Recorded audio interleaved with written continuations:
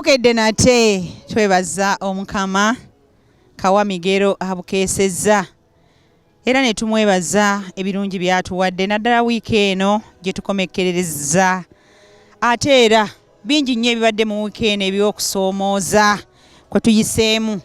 Abamu bafiiriddwa, abalala balabazizza, abalala bafunye ebizibu ebya buli kika. Twegayirira omukama abakubagize. Sande eno ya 17 omwaka gw'Ekereziya ba tuli wano ku Lutikko ye Lubaga we tugenda okusinziira olunaku olwaleero okutuusaako ekitambiro kya mmisa nga mu byonna olunaku olwaleero tugenda okusabira Ssaabasajja Kabaka wa Buganda empologoma okutuuka ku myaka 31 nga tujaguza amatikira ge. Ate mu ngeri y'enjawulo olunaku olwaliwo Ekereziya Katolika ekuza olunaku olw'abakadde. Tetubayita nno bakadde, tubayita bawala bato. Awo nno olunaku olwayo tusaanye twebaza omukama olw'ebirabo ebyo ebibiri, ekirabo kya Ssaabasajja ate n'ekirabo kya bannaffe bajjajjaffe bamaama baffe abakadde. Tugenda kubeera ekitambiro kya mmisa nga tukikutuusaako ku Bukedde TV1 ne Bukedde TV2. Twebaza bannaffe abagoliziwe high school wali Maganjo be batuteeka mu ssente okulaba nga tubunyisa enjiri ya Kristu awo wonna we tubeera mu maka gaffe, mu byalo byaffe ate ne mu bitundu bya Uganda yonna n'ebweru waayo. Nkwaniriza kuwulira eddoboozi nga tukuza amatikkira ga Ssaabasajja Kabaka empologoma ya Buganda ogw'omulundi ogwa 31 ate era nga we tukulizaako olunaku olw'abakadde. Tugenda kubeera nga tutandika ekitambiro kya mmisa. Nkwaniriza mu kutendereza kwaffe okw'enkya ya leero.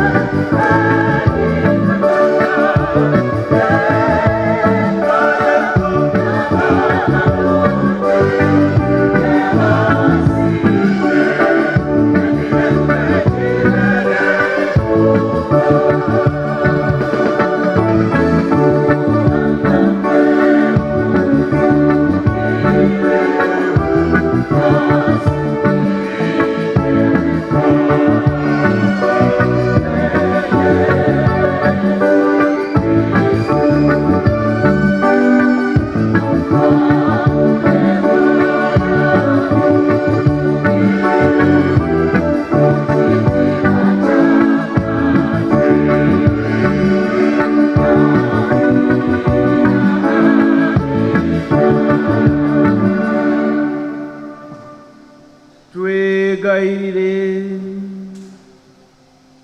Ayi Katonda gwakuuma abasuubira mu ggwe, era gwe bw'otobaawo tewali kye tusobola, tewali kye tutuukiriza. Ddiŋŋana okutusaasira, tweyambe kati n'ebitasimba, nga twemalira ku ebyo eby'okusigalawo, tukikusaba nga tuyita mu Yesu Kristo oyo Mukama waffe.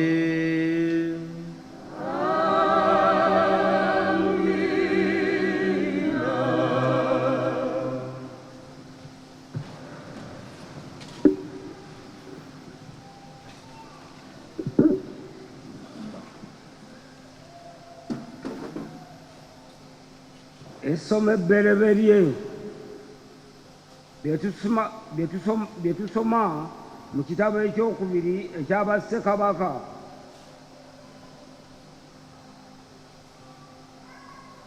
Mu nnaku ezo omusajja omu yava e Baalusaalisa n'atwalira Erizeewo musajja wa Katonda emigaati gy'ebibala ebibereberye, emigaati gya sayiri 20 ko n'ebibala by'eŋŋaano ebibisi mu nsawo ye.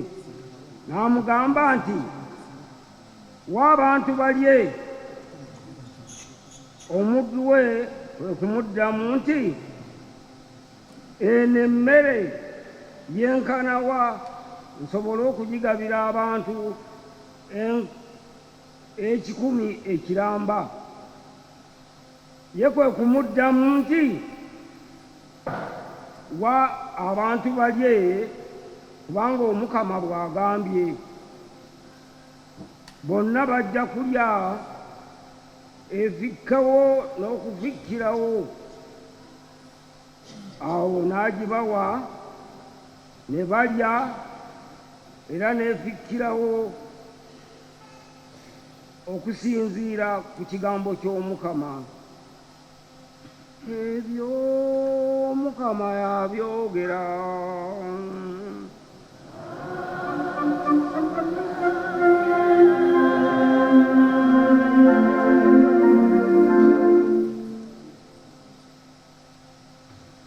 Oluyimba olw'okwebuulirira Zabbuli ey'Ekikumi-45. Oyanjuluza ekikonde kyo n'otukkusa, Ayi Mukama.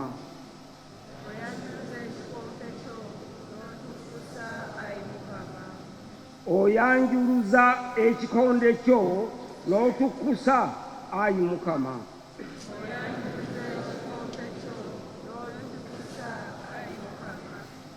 Ayi Mukama, ebitonde byo byonna bikutende, n'abatuukirivu bo bakugulumize. Boogere ku kitiibwa ky'obwakabaka bwo n'obuyinza bwo babwogereko.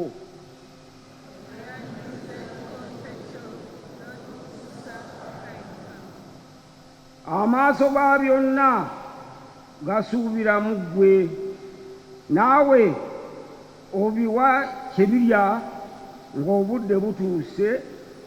Oyanjuluza ekikonde kyo n'okkusa buli kiramu n'ebirungi byo.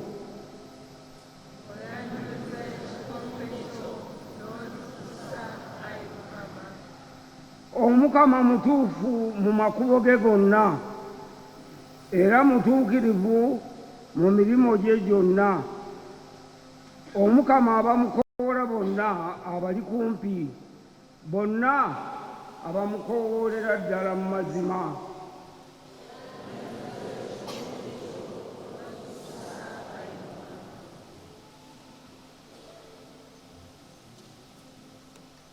Essomo eryokubiri lye tusoma mu kitabo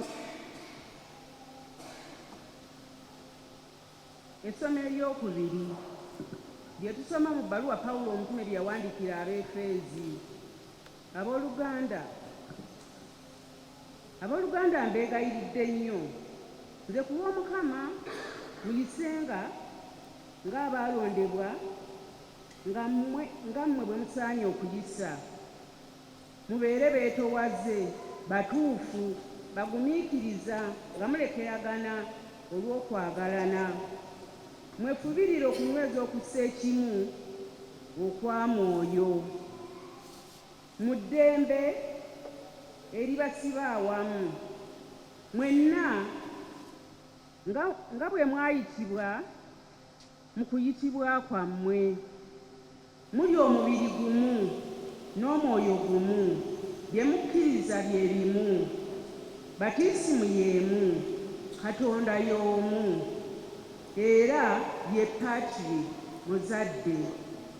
muzadde wa byonna, asukkiridde mu byonna, abunye mu byonna, abeera mu ffenna. Abooluganda, ebyo Mukama y'abyogera. Abooluganda, tusikuukwaniza evvanjiri.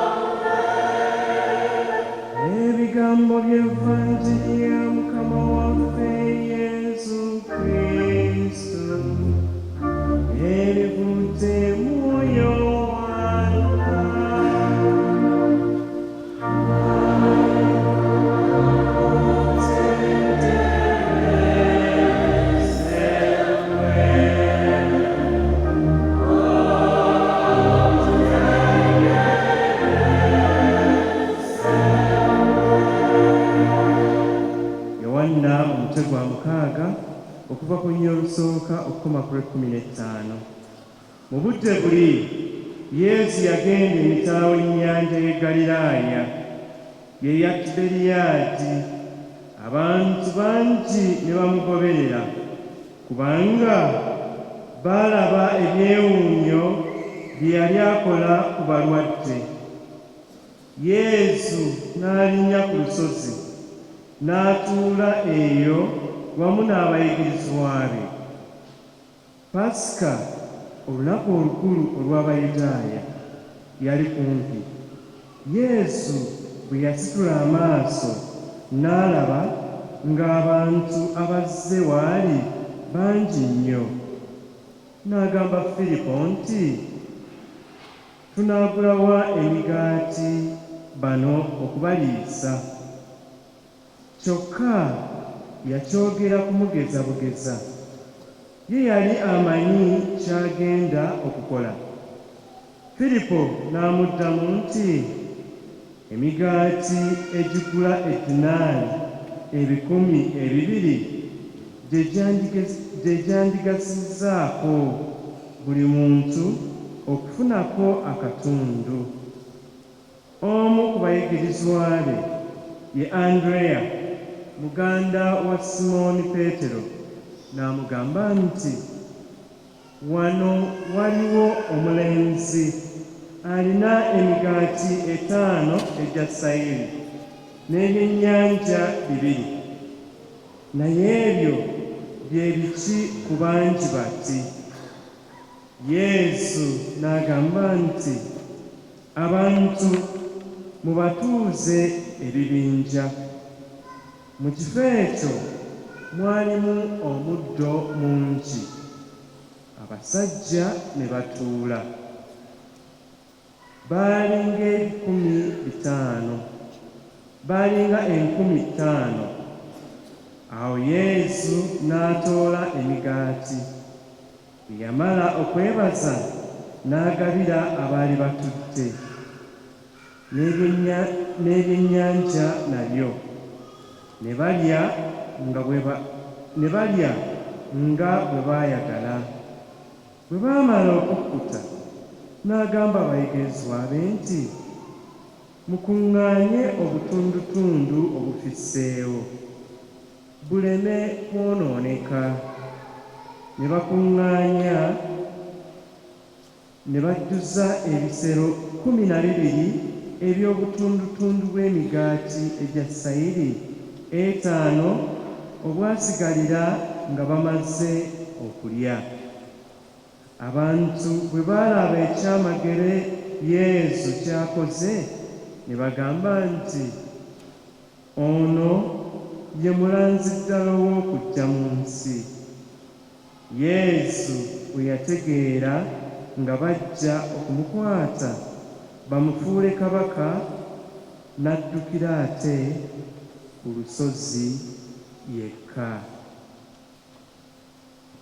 Ebigambo by'Evvanjiri eno bikomye wano.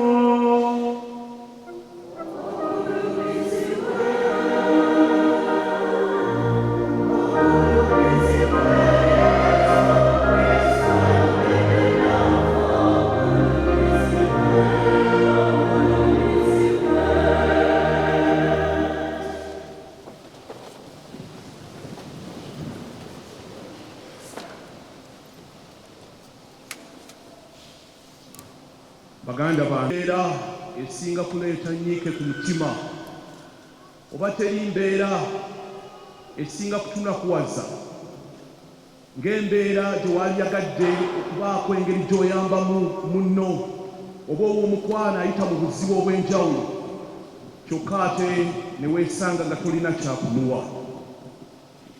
Mujjukira bulungi wano abooluganda abaagalwa COVID bwe yatuzingako. Ndowooza kati giyise emyaka ng'ebiri n'ekitundu bwe kyatumuvaamu. Bangi twali waka nga n'okukola tetukola ki? Tetukola. Twawuliranga nti bannange ku mulirwano waliyo afudde, nti ate jjajja waffe yafudde luli oludda luli, nti ate twafiiriddwa mukwano gwaffe oludda luno naye COVID yamututte. Naye bwe twakwata mu nsawo okubaako oba engeri y'amabugo ge tuweereza nga ne ssente zetuwaayo tetukola ki? Tetuziraba. Bannange embeera eyo yeeraliikiriza era embeera eyo tesanyusiza ddala. Nze kamwa kwogera nange olumu kinkwatirako ddala n'ogamba nti mukwano gwange agenda kwanjula, mukwano gwange agenda kuwasa, naye nga n'akasente olumu koyagala okumuwa tekakola ki? Tekaliimu. Embeera eyo Omukama olwaleero agitaputte oba agivunudde mu ngeri y'enjawulo. Agikyusizza embeera eyo tugirabe mu ngeri ey'enjawuloko. Mutunuulire bulungi bannange, batugambye nti mu ssomo ery'Evvanjiri omwana eyali ayitaayita ne bamuleeta muvubuka muto nga ffe abajaguza olunaku lwaffe olwaleero nti ssebo, nze nninawo emigaati 5 n'ebyennyanja bimeka? 2. Naye nga byenkanawa ku bantu abajjudde bwe batyo. Ebintu bingi tubirina bannaffe, bannange. Olumu tubeeramu n'akasente katono naye bw'obalabala nedda ndowooza tekikola ki? Tekiwera. N'ayamba kyenkanawa. I don't think my health will be adequate enough. I don't think my health will suffice for any need. Ne twekuba mu mutima ne tugamba nti kirabika sigwalidde bulungi kuwa. Omukama leero atukyusa endowooza. Mu ssomo erisooka batugambye nti n'omuvubuka ono eyaleetera omunanzeriya ekyokulya yaleeta emigaati 200 kyokka ng'ekyalo kyonna enjala ekizinzeeko. Ate mu Vvanjiri batugambye nti babadde abantu 5,000 kyokka Yesu ye bwe bamuwa emigaati 5 n'ebyennyanja 2 byonna n'abikyusa n'abiwa omukisa, bonna ne balya ne bakkuta. Ne kino kankyogere, n'olwaleero wano wekityo tutudde mu eklesiya tugenda kuwaayo ebirabo bitono nnyo naddala nga twegaba ffe ffennyini eri Omukama, naye Omukama agenda kubituweera omukisa ffenna tulye n'okukuta tukkute.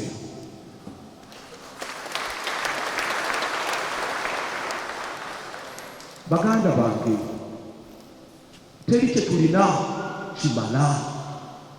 Amagezi ge tulina tegamala. Bwe weeba n'abalamu teri kimala.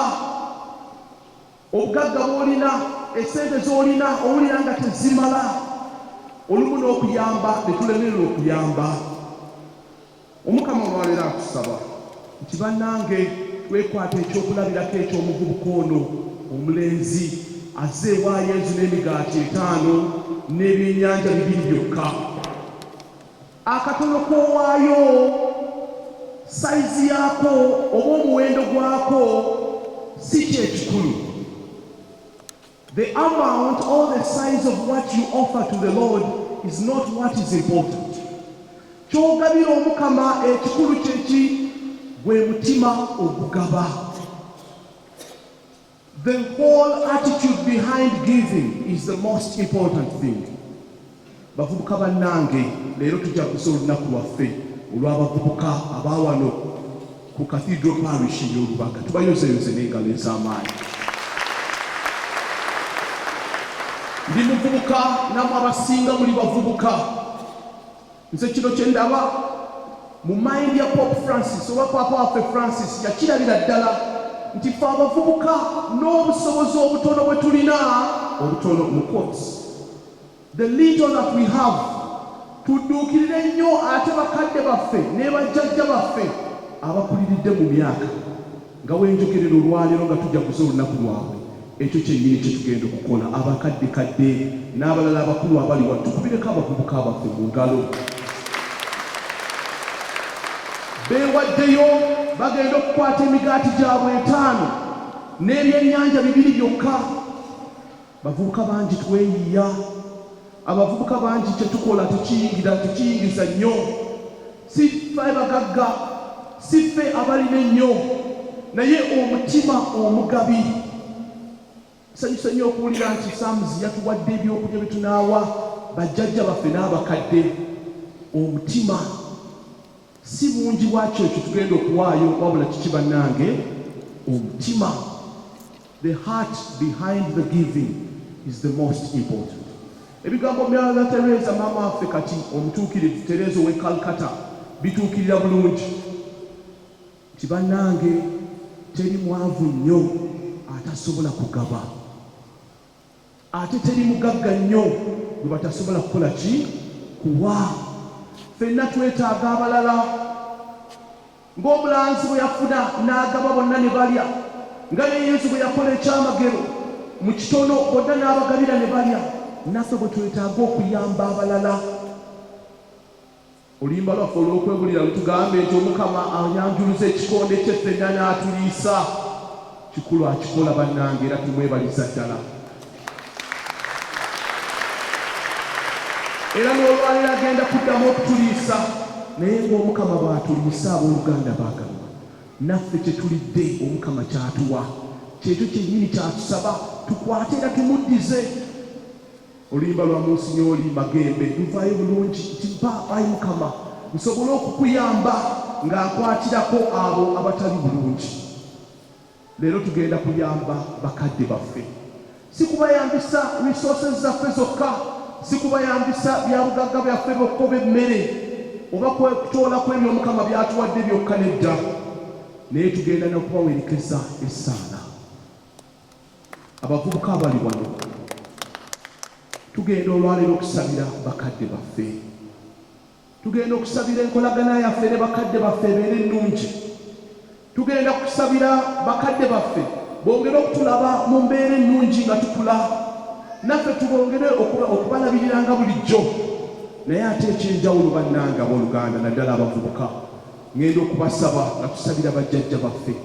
Olwaleero tubasabire, naye naffe twesabire, tubeere n'omutima ogubagumiikiriza.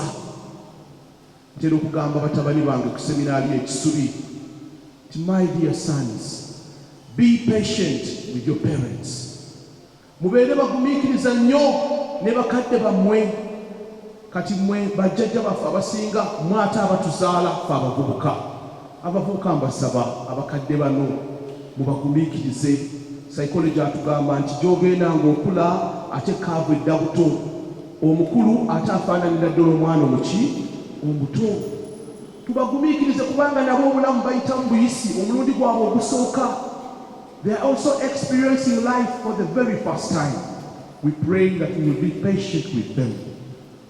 N'ekirala nga bwe tujaguza olunaku lwaffe ng'abavubuka era omukama nga bwakiyigiriza okuyambagana abavubuka mbasaba tweyongere okwewagira tetuli bagagga nnyo bye tukola si ebyamaanyi ennyo naye twewagire twebeereremu ng'enjogera bwebeerawo naye ate si kikyokyo kyokka okwebeereramu bavubuka bannange twesabire kyanjawulo nnyo okuwulira nti omuvubuka asabira muvubuka munne ng'omwezi guno gutandika twakuza obutume bw'abaana leero tukuza olunaku lw'abakadde abawolerezebwa Yowakimu ne Anne naye luli twakuza olunaku lw'obutume bw'abaana omulamwa nga gugamba children helping children abaana abato bayamba bato bannaabwe nga babasabira okusingira ddala sabira nnyo omukwano gwo omuvubuka ali wano pray for your friends.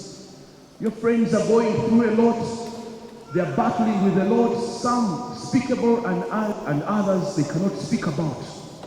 Bintu bingi nnyo bavubuka bannaffe batereka ku mitima n'okutubuulirako ne batatukola ki ne batatubuulirako basabire omukama asobole okwogera naawe ku lwa mikwano gyo otuuse obubaka bwe eri bakwano bo nga naatera okufundikira tuli ba mukisa nnyo nti omukama atulabirira tuli ba mukisa nnyo nti tutoona kitono nnyo eri omukama ate ye omukama n'atuddiza kingi naye ate abooluganda baagalwa tuli ba mukisa nnyo nnyo nnyo nti ffenna abali wano buli omu ali wano alina omuntu eyamukwatako ow'enjawulo amuyambye okubaako bw'atuuse bannange nindi nedda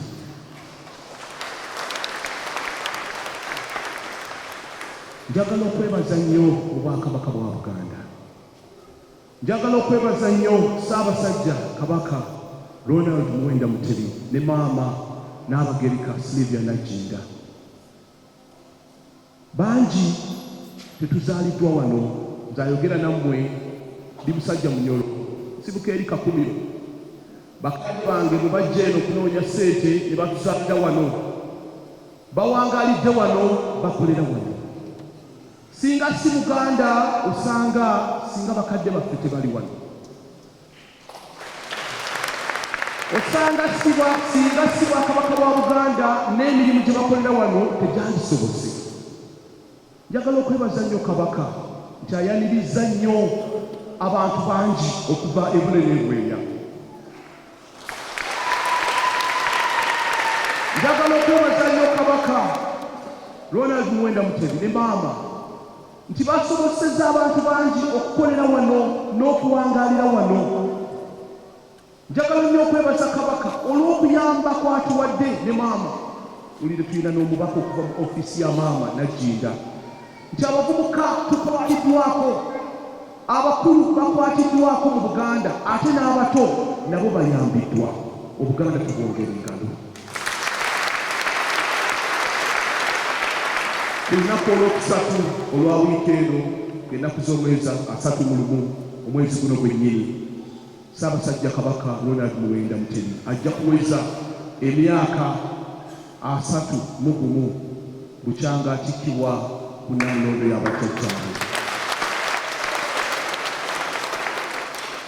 twagala mu mmisa eno okumusabira Kabaka yonna gy'oli ndowooza otuwulira oyongere okubeera ow'amaanyi ng'olamula omukama ayongere okukuwa obulamu obulungi oyimirirewo ku lw'abaana bo bano bonna abakwesigamako ng'empagi-luwaga omuvubuka oyo omuvubuka munnaffe Joel Ssebunjo ndowooza tabeera wano mu Uganda ndowooza alayika wangalira mu Amerika eyo yayimbira Kabaka oluyimba ogira obaawo naffe esaala yaffe eri Kabaka atuyambye nnyo ng'alabira kikulabirako kiri eky'omukama atulabirira naffe tumusabira kyagira abeerawo may the king live and reign ti Kabaka ogira obaawo amiina amiina omukama abeereramu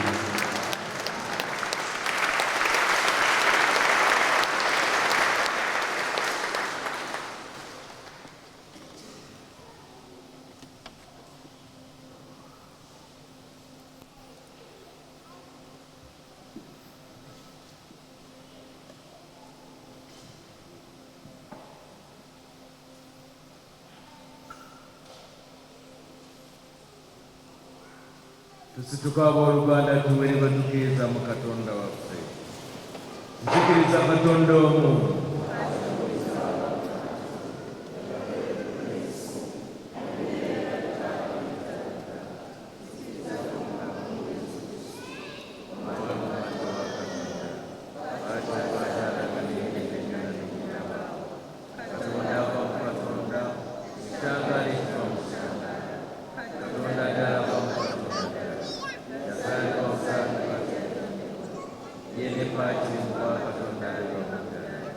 byonna mu byakolebwa olw'okubeera kw'abantu olw'okutulokola yava mu ggulu nakka n'afuna omubiri maliro wa Mwoyo Mutuukirivu n'afuuka omuntu era olw'okubeera ffe yakomerwa ne ku musaalaba n'abulaamula ku milembe gya Ponsiyo Piraato n'aziikibwa n'azuukira ku lw'essatu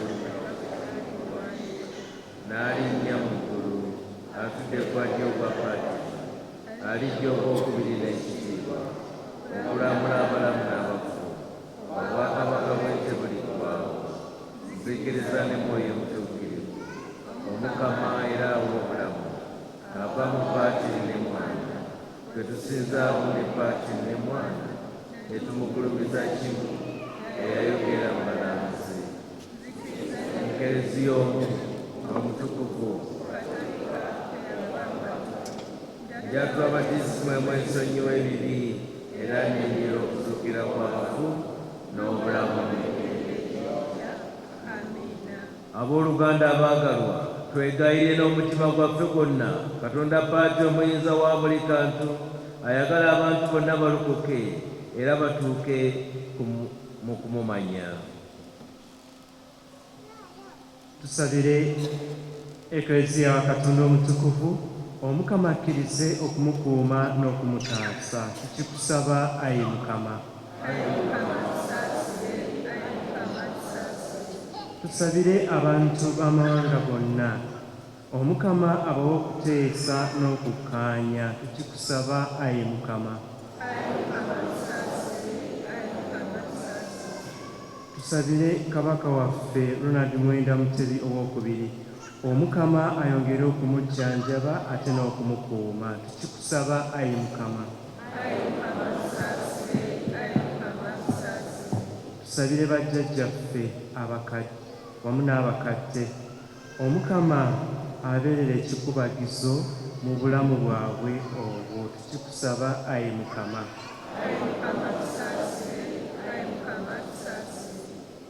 Ffe ffenna abali mu kwebaza kuno okutukuvu Omukama akkirize okutufuula ebyonziira mu kitambiro kino ekitukuvu. Tukikusaba ayi Mukama.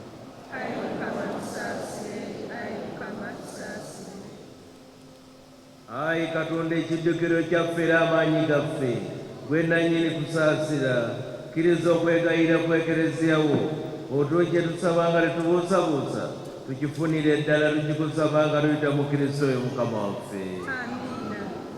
Abooluganda tutuuleko ate saba bannaffe abaagattibwa mu mwezi guno bajje wano mu maaso baddemu okuzabujja ebirayiro byabwe.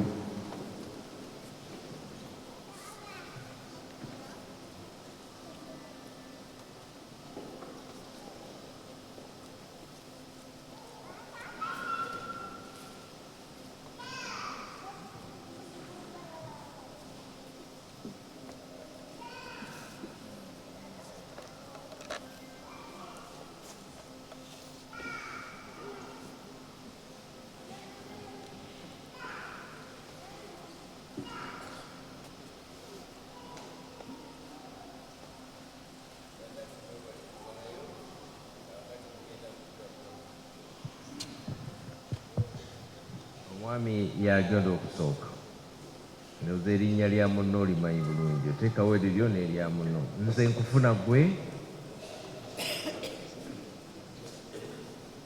nze nziramu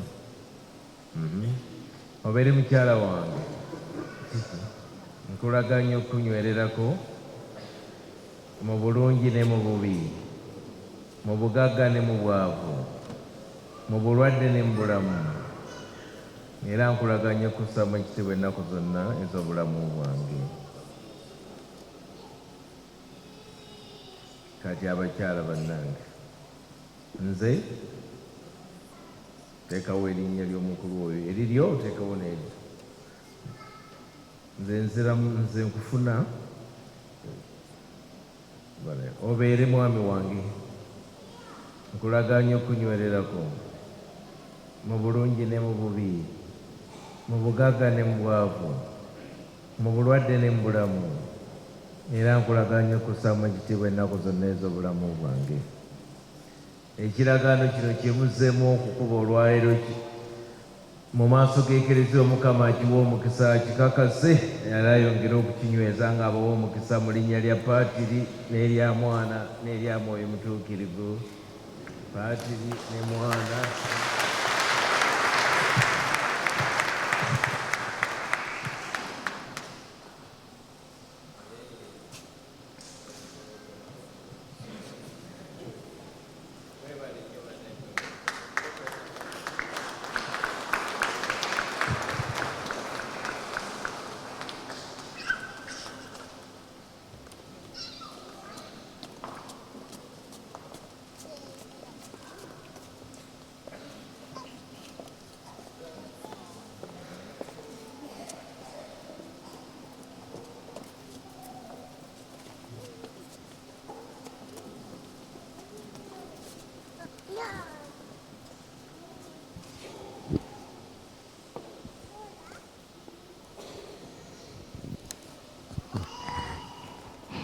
Kati kalirabo kanera ensimbi tusenyeyo ekago.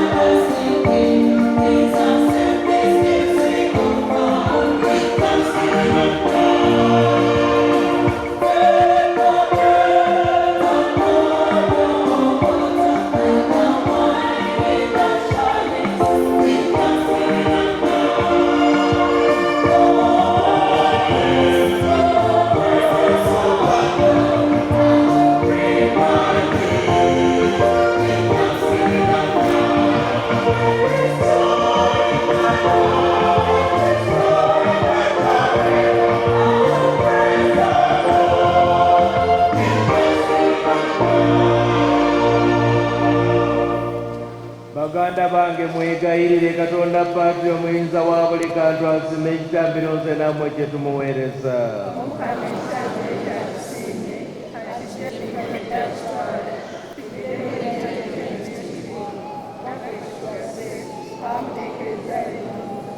Ayi Mukama tukwegayiridde kkiriza ebirabo bye tukuweereza nga tutoolako bye watugabira ebyamagero bino ebitukuvu olw'amaanyi g'enneema yo bwe binaatutukuza mu bulamu buno ne tuluubirira n'obulamu obutaggwaawo tukibusaba nga tuyita mu Kristo oyo Mukama waffe. Omukama abeere nammwe. Mweyimuse emitima. Twebaza Omukama Katonda waffe. Gw'amakisaanye n'okuteekwa tuteekwa kituufu era mu tubeera n'okulokoka gw'Omukama Patri omutuukirivu Katonda omuyinza wa buli kantu sowa nnaku okwebaza bulijjo na buli wantu nga luyita mu Kristo Mukama waffe anti ye bwe yazaalibwa yazza buto omuntu eyali azise mu mayisa gaag'edda mu kubonaabona kwe yakkiriza ebibi byaffe bye yazuukiza mu bafu yatuwa okugabana ku bulamu obutaggwaawo ate bwe yalinnya mu ggulu yadde ewuwe n'atuggulirawo emiryango gy'eggulu olw'omulimu ogwo gwonna gwe yatukolera gwe wama naffe kye tubaluse ekimu n'ekibiina kya malayika n'abatuukirivu okuyimbira nga tukutendereza obutamala nga tugamba nti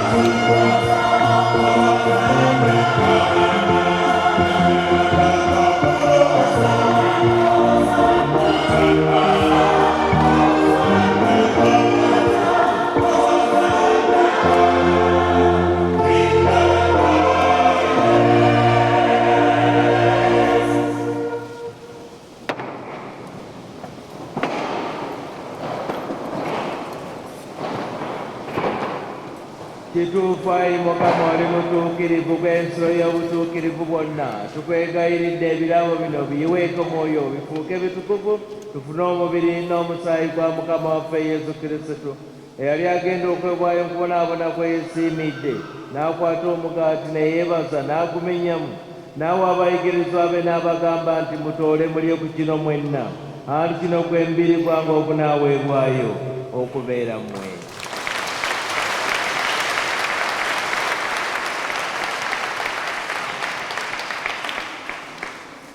era bwe baamala okulya ekyekiro yadya ne kaliisa era ne yeebaza n'awa abayigirizwa be n'abagamba nti mutoole munye kuno mwenna anti eno ekaliisa emusaayi gwange ogw'endagaano empya ate ey'olubeerera ogunaayibwa okubeera mmwe n'okubeera abangi okusonyusa ebibi kino mukikolanga olw'okunzijukira.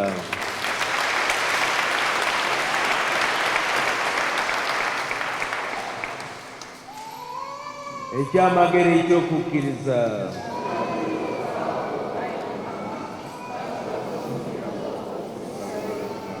Kale naayi Mukama olw'okujjukira okufa n'okuzuukira kwe tukuweereza omugaati gw'obulamu n'ekaliisa y'okulokoka nga tukwebaza kuba tugwanyiza okuyimirira maaso go n'okuweereza. Tukwegayiridde nnyo nga tukwesengereza fe abagaba n'ombi n'omusaayi bya Kirisitu Mwoyo Mutuukirivu atukuŋŋaanye wamu. Jjukirayi Mukama kereza bunyenkulungo y'ensi mujjuze n'okwagalana wamu ne Paapa waffe Francis n'Omwepiskopi waffe Pawulo Ssemwogerere n'abo bonna abaakwawulibwa mu busaseredooti ne mu budyakoni. Jjukira n'abooluganda baffe bonna abeebasinga basuubira okuzuukira bakkirize bajjeyo gy'akaakalira kitiibwa. Jjukira n'abafu bonna bwe wagira ekisa mu kufa naffe ffenna tukwegayiridde tusaasire tusaanire okugabana kuna mu butaggwaawo okukutenda n'okugulumiza wamu ne Mariya Omubeererivu omutuukirivu nnyina Katonda, Yozefu omutuukirivu bba, abatuma abatuukirivu, abajulizi ab'ekitiibwa, Yowakimu ne Anna abawuliriza abajjajja n'abakadde, n'abatuukirivu bonna abaali bakusanyudde obwedda bwonna nga tuyita mwana wo Yesu Kristo.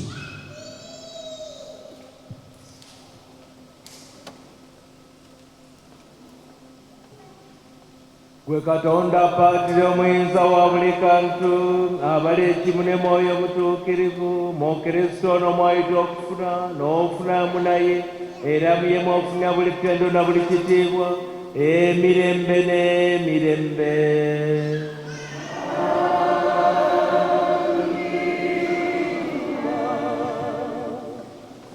Twegayirire nga Mukama waffe Yesu Kristo bwe yatuyigiriza okwegayirira ffenna tugambe nti Kitaffe ali mu ggulu.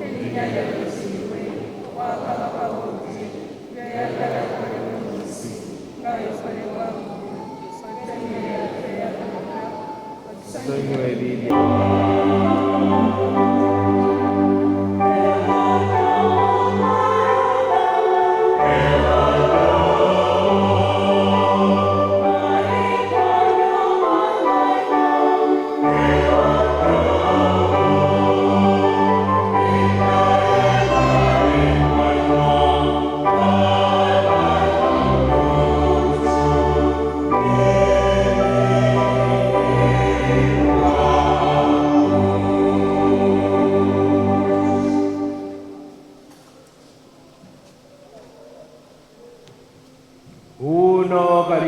Katonda wuuno ajjawo ebibi by'ensi beesimye abajja ku mbaga eno ey'akaliga.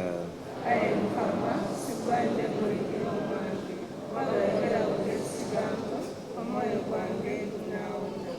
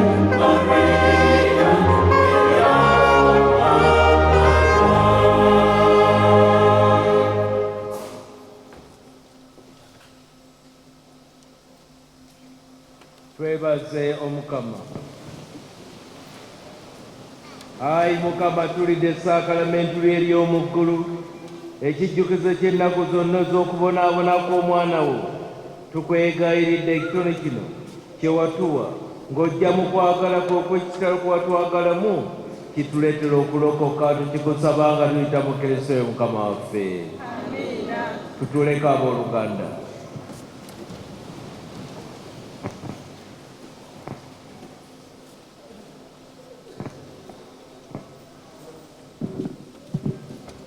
Abooluganda muneegatteko ate nga bwe twakoze nga tutandika ekitambiro kino twebaze omutambizi waffe omukulu Father Dr. Pius Malese Ntumbwe. Sebo webale nnyo webalire ddala kansala waffe kulembera mu kitambiro kino ate era kyabulyaza amaanyi obutwebaza Father Solomon Kavuba okutuyigiriza obulungi mu kitambiro ky'emmisa eno. Sebo webale nnyo webalire ddala wenava ekibanga oyo yaddayo naye kati naye yavuddeyo ali Kisubi Seminary so kati mutegeera bulungi wenasulako naye yasulawoko. Sebo webale nnyo webalire ddala okujja ate n'otuliisa ekigambo. Naye ebirango ebivudde mu ofiisi y'omukulu w'ekifo olwaleero Sande esembayo omwezi guno nga bw'eri enkola yaffe bulijjo tujjukizibwa okutwala amabaasa ag'ekimu eky'ekkumi ate tugakomyewo Sande ejja. Tulina essanyu okubategeeza nti omudyankoni waffe Dikoni Sergo Richard oyo gwe mulaba ayimiridde emabegaawo abadde atuyambako wano mu Lutikko omwaka mulamba mubadde mumulaba okuggyako ng'obadde osumagira bitambiro eby'emmisa abadde atuyambako ng'ate ayigiriza ekigambo ky'Omukama. Ate yakkiriziddwa kitaffe Ssaabasumba alinyisibwe ku ddaala ery'obusaseredooti ennaku z'omwezi 10 ogw'omunaana 2024 abayise buli omu wootudde nga 10 woba osigala agenda kubeera wano ng'afuna obusaseredooti. Kale nno okulaba nti ateekateeka bulungi ng'era bw'eri enkola yaffe twasabiddwa Cathedral Administrator tutumukwasizeeko olwaleero kubanga obudde alina butono waliwo amabaasa agagabibwa oba olina teekamu ogireete wano ofune omukisa ate bw'oba tolina osobola okugitwala n'ogikomyawo Sande ejja n'abo abatalina mabaasa ng'olina cash mujje wano ate mufune omukisa nga bwennyongera mu maaso ebirango bino tumukwasizeeko asobole okutegeka obulungi ate era tumusabire n'emusaala zaffe eyo. Wiiki oba atuuse ate mugenyi waffe omukulu ku lunaku luno ate mukimanyi bulungi nti ye CEO wa Farmers Center Kibuye baguddewo edduuka eritunda ebyebirime ate era n'okutuguza eddagala n'ebintu ebirala byonna okusomesa ku bikwata ku bulunzi n'okulima. Era baatuleetedde tenti awo baweema wabweru mugendeyo abaagala okusomesebwa wano n'okufuna endagiriro n'okwebuuza ku by'obulimi n'ebyobulunzi.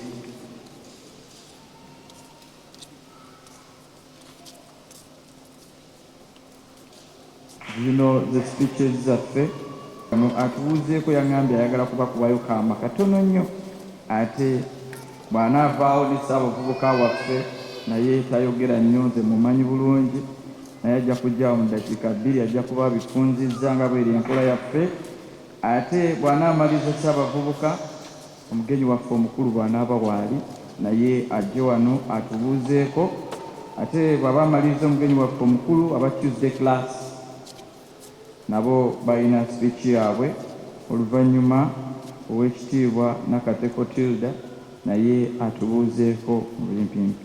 Ssebo Ssaabakristu Mwami Nawuba Stephen nsaba ojje olamuse ku bantu ba Katonda.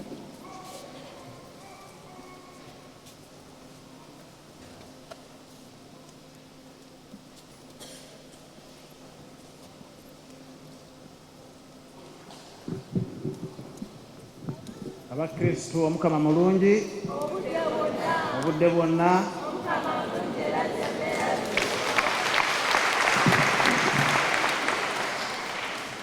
Ssebo Kyansala ne bakabona ba Katonda mwenna abatuwadde ekitambiro kya mmisa, abakulembeze baffe aba gavumenti ya wakati n'aba gavumenti ya Ssaabasajja Mengo n'abakulembeze baffe abakereziya, abantu ba Katonda mwenna abakuŋŋaanidde wano, tusanyusa okubalaba ku lunaku luno olukulu olw'abavubuka n'abakadde. Amagezi ga kitaffe tegenkanika, bw'atyo Father Magembe bwe yayimba okuteekawo olunaku olukulu luno olw'abakadde lwe tubajjuukirirako n'okubasabira, ate nga lutegekebwa abavubuka. Ensonga eyo bannaye enkulu, tugikubireko mu ngalo era twebaze nnyo Kereziya enteekateeka.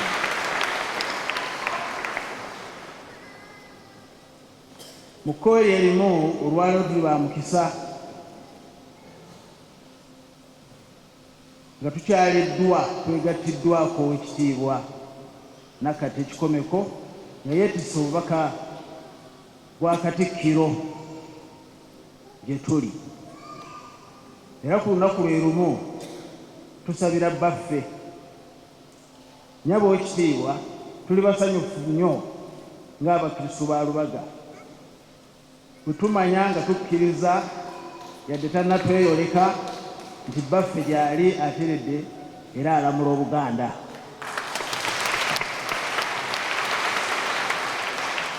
Ssaabasajja Kabaka tumwagala nnyo era tumusabira bulijjo obulamu obulungi, alamule Obuganda ate awangaale. Obubaka bwange bweyagadde okutuusa ku bantu. Emikolo gyaffe egy'abavubuka giri wabweru, nina akaama kaabwe kenja okubakubira eyo nga tuli ffekka akaffe kye. Mbaagaliza olunaku olulungi, Ssaabasajja Kabaka awangaale.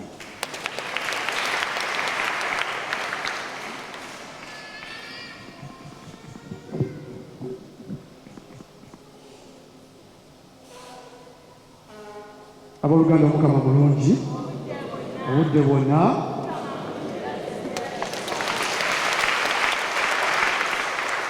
Nange njagala okwongera okugatta ku maloboozi agansoose okwebaza mukadde waffe Chancellor Reverend Father Dr. Pius Malese Ntumbwe atukulembedde mu kikyambiro kya mmisa kino ekinyuvu. Ssebo weebale nnyo, weebale ddala. Ate n'omuyigiriza owaleero Father Solomon Kavumba, ssebo weebale nnyo, weebale ddala. Kapeni waffe ate ne Father Stephen, mwenna omujjankoni abayambyeko mwebale nnyo. Ayimiridde mu maaso gammwe erinnya Muwonge Timothy, nga nze Ssaabavubuka owa Lubaga Cathedral Parish. Njagala otwala omukisa guno okwaniriza abatwegasseeko ku lunaku luno olw'enjawulo. Maama ow'ekitiibwa Kotirida Nakate tweyanzizza nnyo, tweyanzeege, ate tulinde n'essanyu obubaka okuva embuga. Njagala era okwaniriza omumyuka w'abavubuka mu Bwakabaka bwa Buganda era nga yali okulambisa abavubuka, Ssebo Mukulu Derek Kavuma nabo wetukwaniriza. Mukama wange Ssaabakristu, ate engeri y'enjawulo omugenyi waffe ate mukwano gwaffe Mrs. Fiona, naawe weebale nnyo, weebale ddala.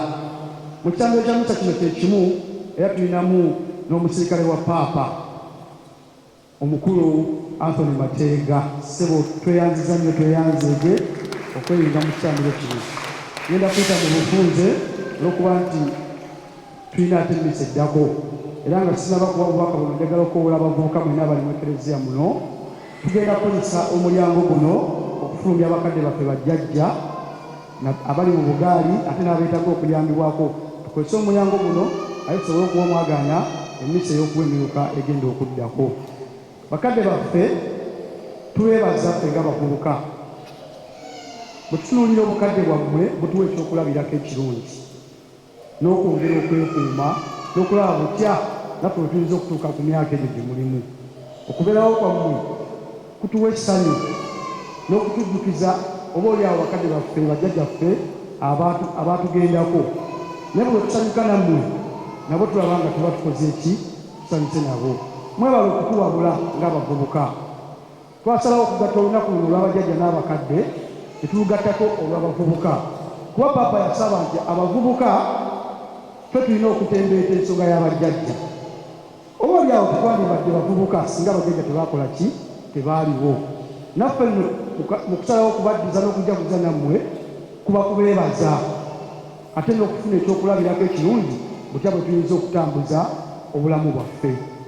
Mbeebaza olunaku lwajjo twabadde n'emisinde egy'abajjajja n'abakadde era nga mukadde waffe kyansala yatusimbudde. So mukadde wange bajjajja bano abeetabye emisinde tewali yadduse n'atamalaako.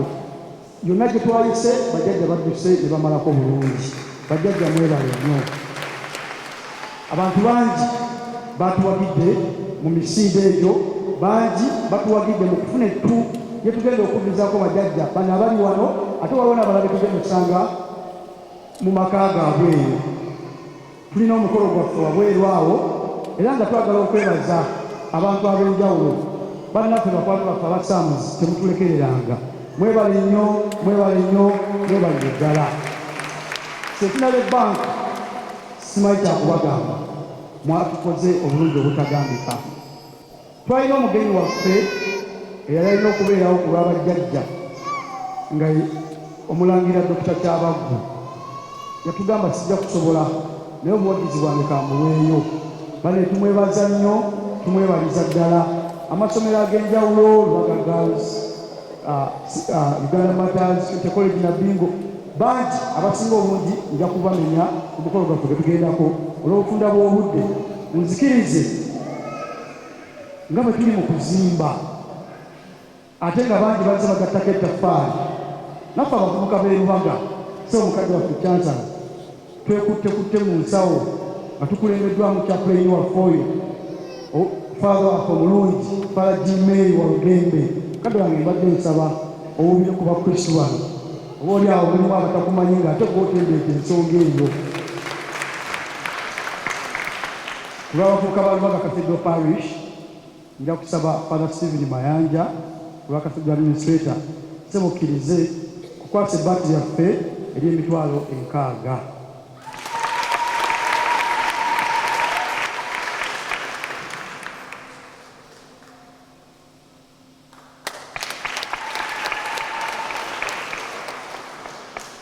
Tweyanza nnyo tweyanzeege abantu ba Ssekinoomu bangi batuwagidde wano mu misa ez'enjawulo olw'okuba nga tuyimirizawo omukolo guno. Bajjajja mwenna abavubuka ffe twakutte mu kintu ebyokulya n'ebyokunywa webiri ate bajjajja era mugenda kuddayo nettu. Mu bintu ebyo mulimu ebintu eby'enjawulo obuwunga, sabbuuni, sukaali bingi kwegamba bingi nnyo ate naddala amaanyi ge twafunye Mubafama Center nabwo bongedde okutuwa bingi. Kansembeyo kano kubanga maama olwaleero aweza emyaka 82. Maama gyali ku TV atunudde atunula. Maama happy birthday ng'oweza emyaka 82 olwaleero. Bannange abalala bonna bwe baba nga gye bali tubaagala nnyo bajjajjaffe era ntaddewo nnyo essira kubanga kyemutukolera kyamaanyi. Mu Luswayiri bagamba kuzeeka ni baraka, okaddiwa kintu kya mukisa nnyo. Tujja kwerabira okwogera ku bavubuka. Abavubuka mwebale, abavubuka mwebale nnyo, mwebalire ddala okutegeka omukolo guno. Era mukadde waffe nga bwe yategeka nti abavubuka tutegekere nnyo bajjajjaffe kubanga tukyali bato. Bajjajjaffe batulabirira, bakadde baffe batulabirira okufuna omukisa okuba nti tuli wano abavubuka nga bategeka omukolo guno. Bannange mwebale nnyo, mwebalire ddala. Tubasaba ffe ng'aba Farmers Center tuviiridde awo ekibuye. Farmers Center tuli mu kulima, tuli mu kulunda. Emirimu miyitirivu nnyo. Abavubuka yadde abakadde yadde abakulu emirimu miyitirivu. Mujje tukole. Eggwanga nga mulimu abavubuka abakola ate teribeera kyekimu ng'abatakola. Abavubuka mujje tukole, mujje tulime. Emirimu miyitirivu nnyo. Waliwo emirimu tulowooza nti emirimu mu kulima oba okulunda kiri mu nnimiro kyokka, naye mulimu marketing, mulimu promotion, mulimu okukulaakulanya omutindo, mulimu obusawo, emirimu miyitirivu.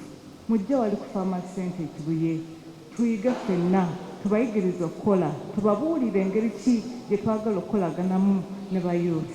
Nsuubira tekimu ku nsonga lwaki abavubuka wano batutuukiridde tujje twogere nammwe mujje aba youth, tubabuulire engeri ki gye tuteeseteese okukolaganamu nammwe. Naye ate era ne bajjajja tetubeerabidde, eddoboozi lyammwe lyongera kinene. Twagambye nti obeera nga osobodde okubuulira omuntu ku Farmers Center n'omubuulira ku ebyo ebintu bye tukola, jjajja ojja kufunayo ky'osobodde okufuna. Bw'obeera ng'oli youth naawe ojja kusobola okufuna ky'ofuna. Ffenna tewali atasobola kukola mulimu bw'oba ng'okyali ku nsi eyo. Bannaye n'ebigambo ebyo mbasaba nti tutuukeko wabweru awo nga tuli ne bajjajjaffe ku lunaku luno olulungi nga tujaguza nabo, tubeere nabo tubalage omukwano ogw'amaanyi, ate twongere okubakwasa nyaffe Bikira Maria omulungi. Mwebale nnyo, mwebalire ddala. Tuba Katonda abadde batugaseeko ku Bukedde TV1 ne Bukedde TV2. Olunaku lwaleero lubadde lunaku lwa njawulo nnyo nga tubadde tusabira n'okwebaza Katonda olwa Ssaabasajja Kabaka Ronald Muwenda Mutebi II nga ajaguza emyaka 31 nga alamula Obuganda obanga atudde ku ntebe y'abajjajjaabe. Awo nno olunaku olwaleero ate era n'omukolo omulala ogubaddewo mu Lutikko wano e Lubaga, abavubuka nabo bagikuzizza olunaku lwabwe ate awamu n'abakadde n'abo abaagattibwa mu mwezi ogwa Julayi nabo babadde bajaguza olunaku lwabwe.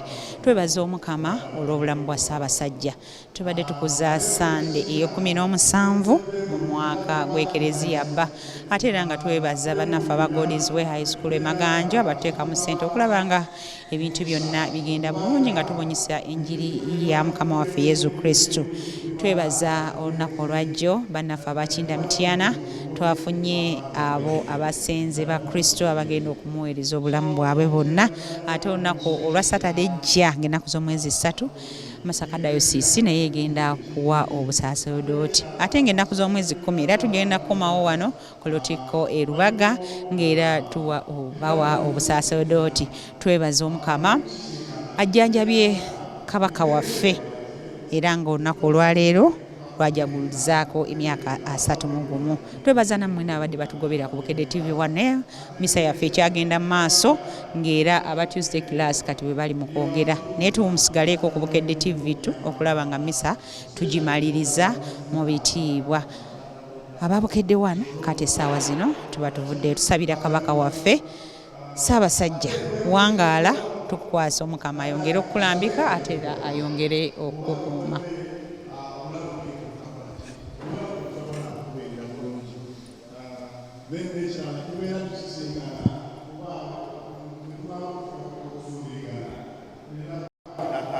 Ebirabo by'ezzadde, so tubeera tusisinkana ne twebulirira ku what we call parenting, okuza abaana oba okugunjula abaana especially mu ddiini. Then n'ekirala waliwo kye tuyita social networking. Mu nsisinkana ze tubeera nazo ng'aba Tuesday class tufuna omukisa nti tubeera buli omu abamu basoma ebintu birala, abalala balina talent, balina ebirabo ebitone mu ngeri ndala, abamu nga balina emirimu, abamu nga tebagirina. Naye bwe tusisinkana tuyambagana ne tusobola okukola ki, okweyiiriza okulaba nti buli omu afunako ekyakola ate nga ekintu ekyo kitugasa ennyo. Ate bwe tuba nga tukoze nga tufunye, tuba nga tweyamba mu association eyo, tubeera nga tulina bwe tugatta mu byensimbi ne zibeera nga tupulaninga ebyenkulaakulana mu famire, ate n'okwatirako ekereziya eyatugunjula, era tugyebaza nnyo. Tusobola kuba wano. Mwebale nnyo, mwebalire ddala. Kati kantwala omukisa guno okuyita ow'ekitiibwa Otilda ajje naye atuwe obubaka bwe.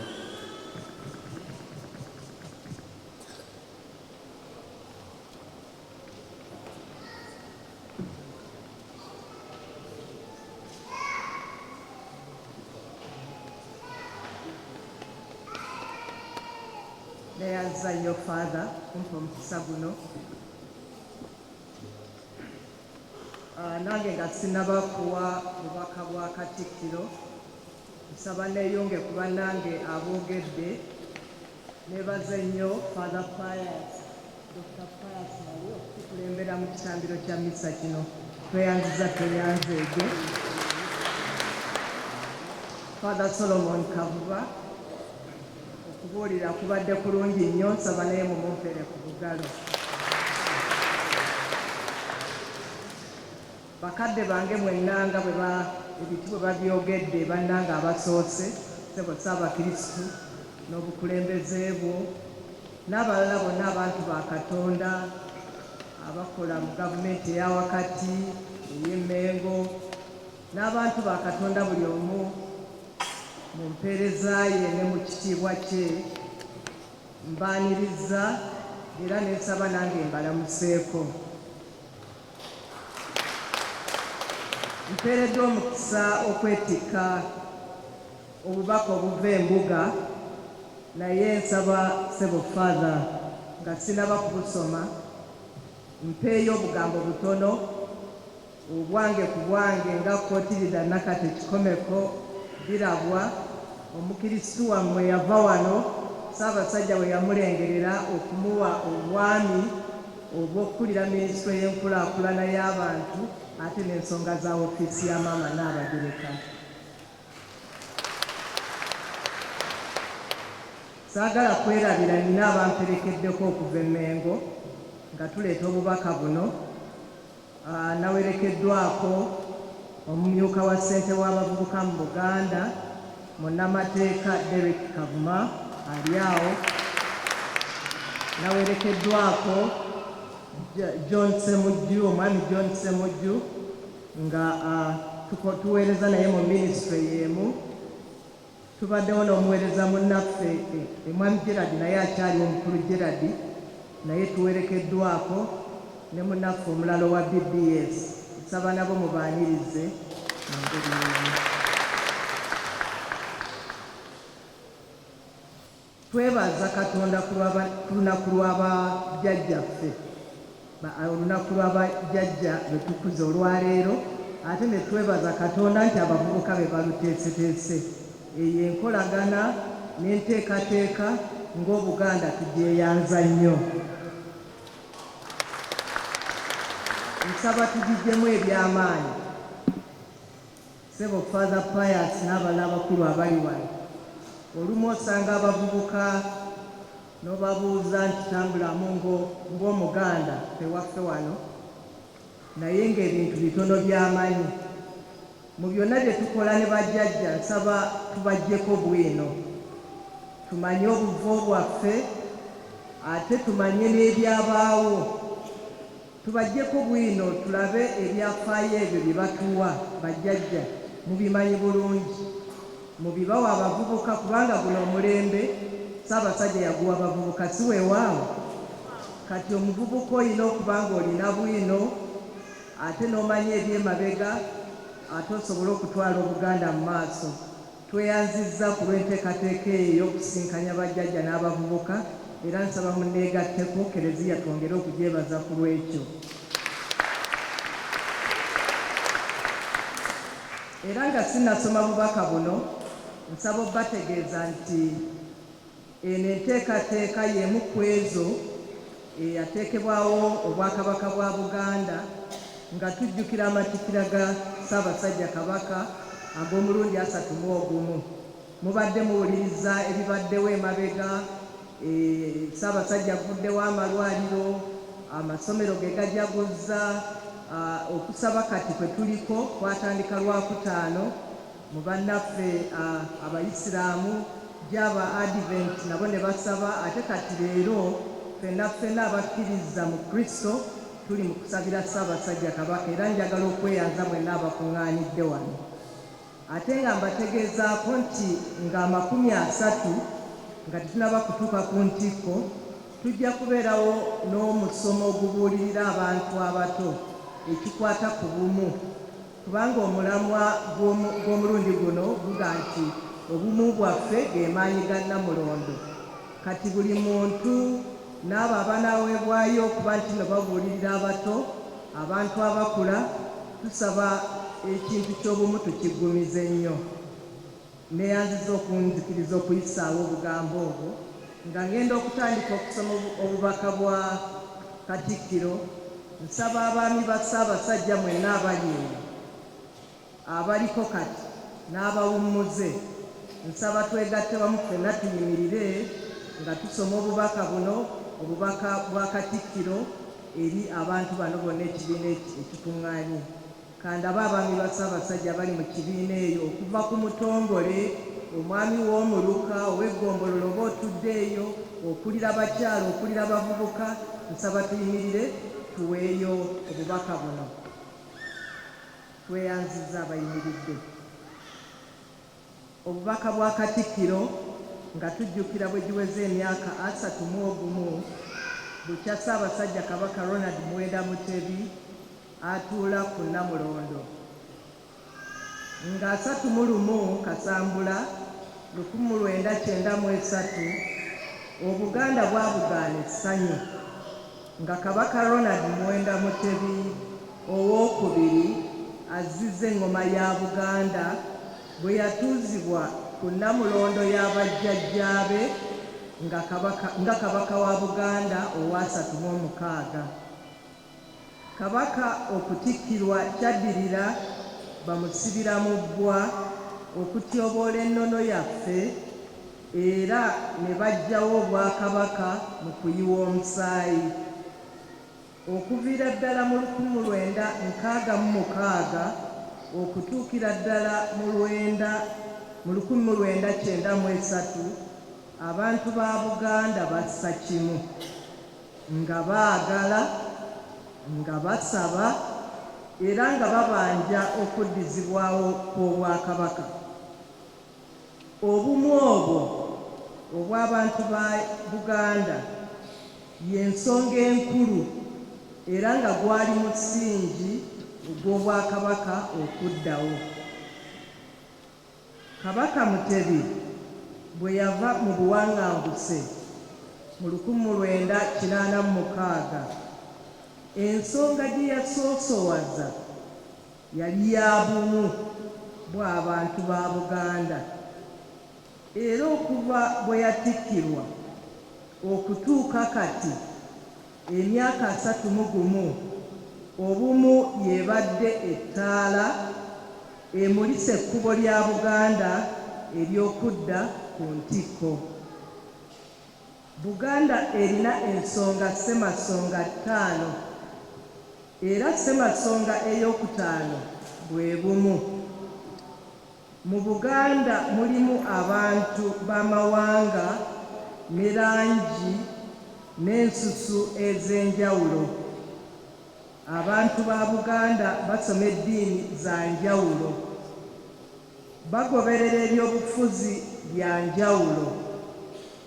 Abantu ba Buganda ensonga nnyingi baziraba bwawufu, wabula bwe tubeera obumu nga buli omu anyweza byakkiririzaamu ate n'okuwa ekitiibwa eby'omulala, kitukuumira wamu era obumu obwo buleeta obwa Sseruganda era Namulondo n'efuna amaanyi. Tulabye abantu n'embeera ez'enjawulo ezigezaako okuyuuya Namulondo era n'okutyoboola ekitiibwa kya Buganda. Ekinaatukuumira ku mulamwa ne ku kabaka waffe kwe kubeera obumu nga tujaguza emyaka 31 nga kabaka atudde ku Namulondo. Tusabe Katonda atuyambe tukole ebyo byokka eby'okukuza eggwanga lyaffe Buganda, ffenna nga twagalana era nga tuli bumu tusobole okunyweza Namulondo. Ku lwa gavumenti ya Ssaabasajja Kabaka, ku lw'Obuganda bwonna, ate ne ku lwange njezaayoza mukama wange Ssaabasajja Kabaka Mutebi II okuweza emyaka 31 ng'alamula Obuganda. Twebaza Katonda amukuumye era amusobozesezza okuvunuka okusoomoozebwa okw'enjawulo okutuuka leero. Neebaza Obuganda okutwalira awamu okutambula mu bufuwanyirimu okumala emyaka gino 31.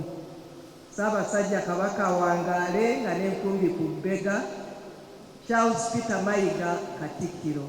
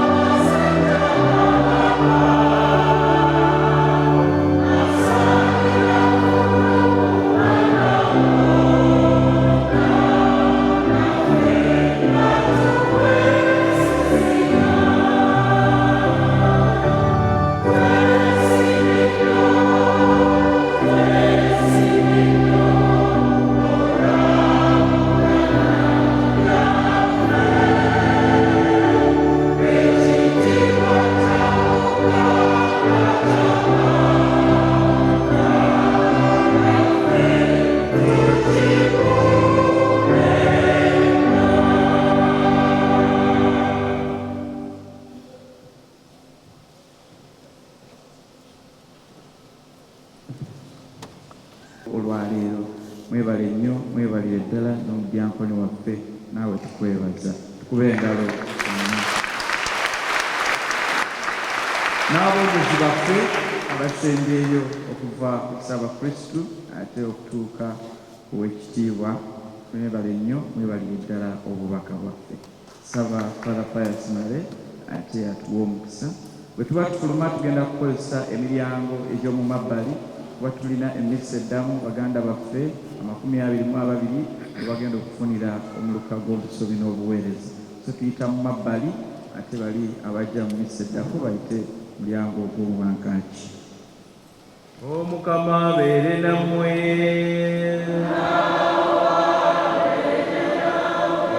Omukisa gwa Katonda omuyinza wa buli kantu, Paatiri, Mwana ne Mwoyo Mutuukirivu gubakkeko kusigale nammwe ennaku zonna.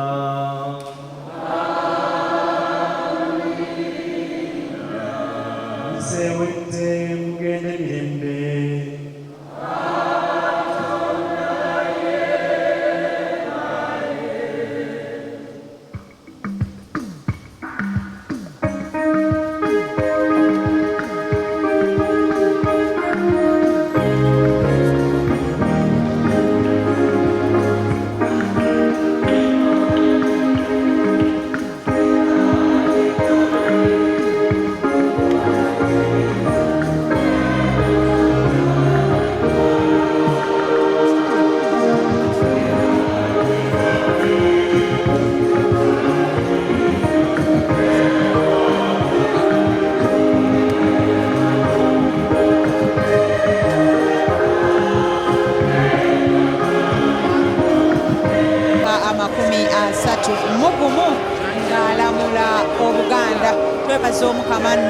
Amuwembeze amukongoze.